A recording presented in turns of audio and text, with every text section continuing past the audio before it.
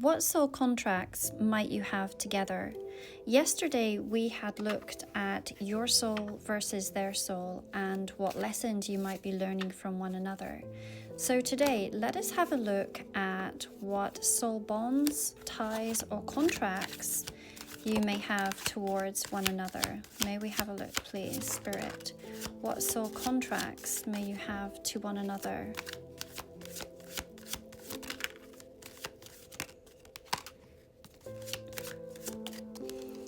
Okay, bottom of the deck, we have got the Fool, we have the Six of Cups, the Tower, the Empress, and we have that Three of Wands that came in rather sideways.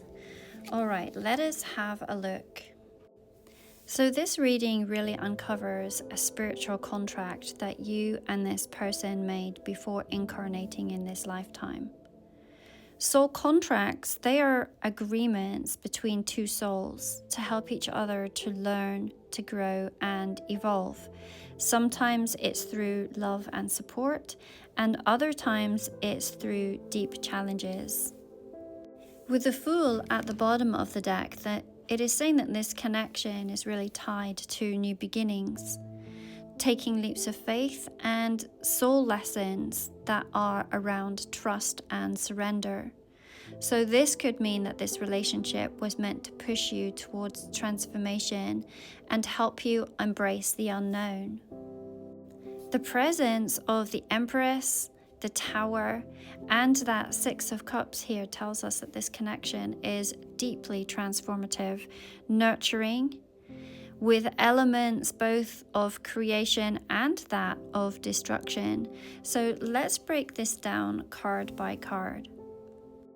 If you have seen me use this deck before, you know that I go into some of the elements that we see on the card, and we have this illustration of a Scarlet Pimpernel.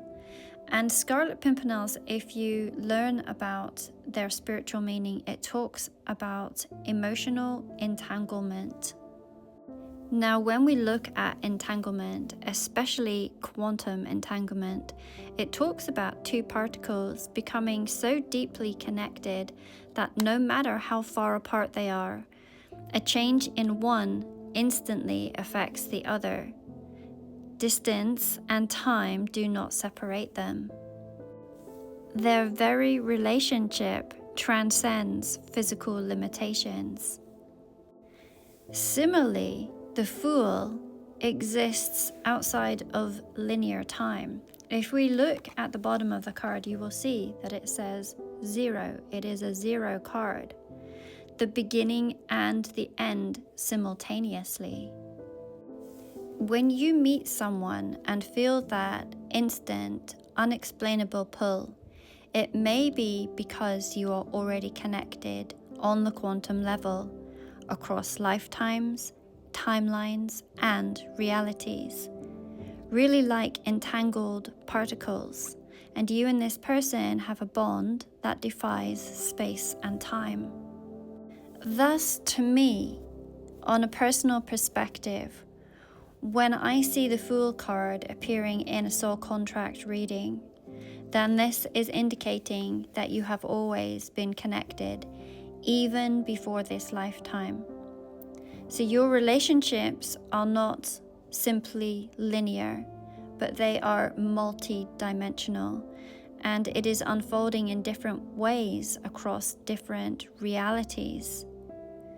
This is a divine leap of faith, one that, whether you realize it or not, you already agreed to take.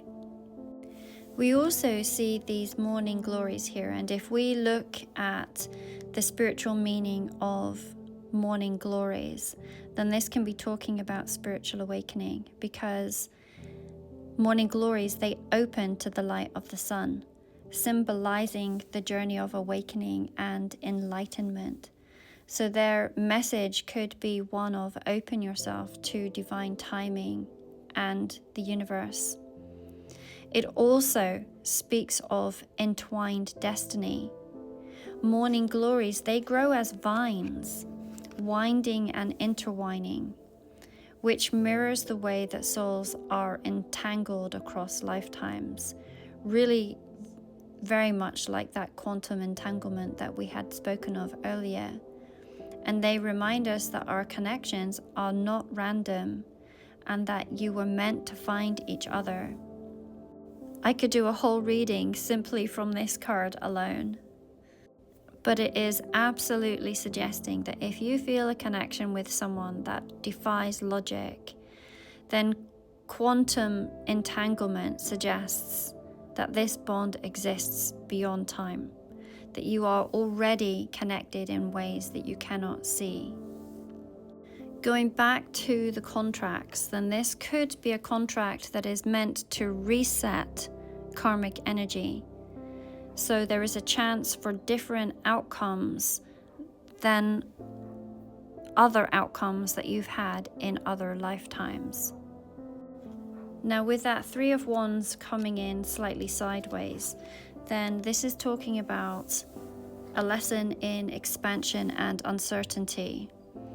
In a soul contract, this card appearing sideways suggests that this relationship is meant to teach patience, trust, and the power of aligned timing.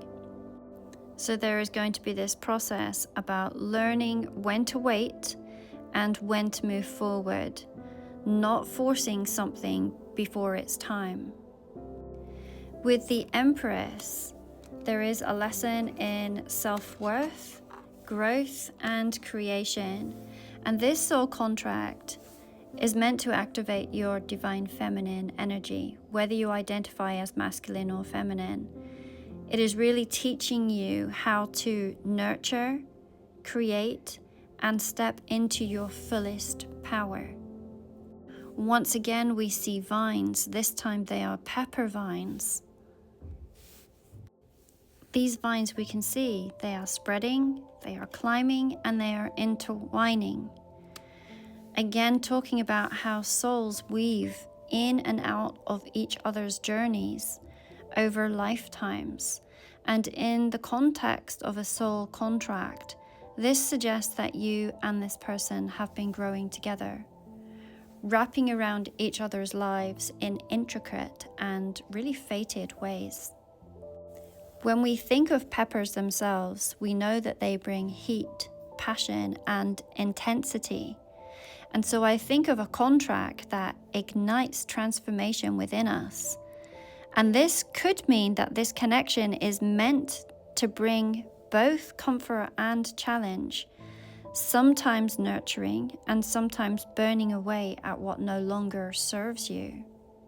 This is absolutely one of my favorite decks to work with when I'm looking at soul contracts. And if any of you are really curious about this particular deck, I do have an in-depth course on it, and you can find it linked in my bio under Intermediate Tarot. I would suggest taking the beginner's class first, but if you are already quite knowledgeable about tarot, then you might really enjoy this particular course where it goes a little bit more into symbology. But what this is saying is that this connection was really meant to both challenge and nurture you. And this relationship carries heat and intensity, whether that is passion or deep emotional bonds. This soul contract was designed to evoke strong emotions. I'm noticing the time crunch that we have here for me to record, but going on to this Tower card, this is talking about a lesson in destruction and transformation. This is not an easy contract, and the Tower shows up as part of an agreement to shake things up and to remove illusions. This can really talk about breaking down old belief systems and spiritual awakenings. The Six of Cups, our final card, is confirming that there is a soul contract from other lifetimes. And there is this sense of familiarity between the both of you. If you would like to look at your own soul bonds and soul contracts, then you can find same-day readings linked in my bio where we can look at your personal contracts. and you will find the link in my bio to all of my readings.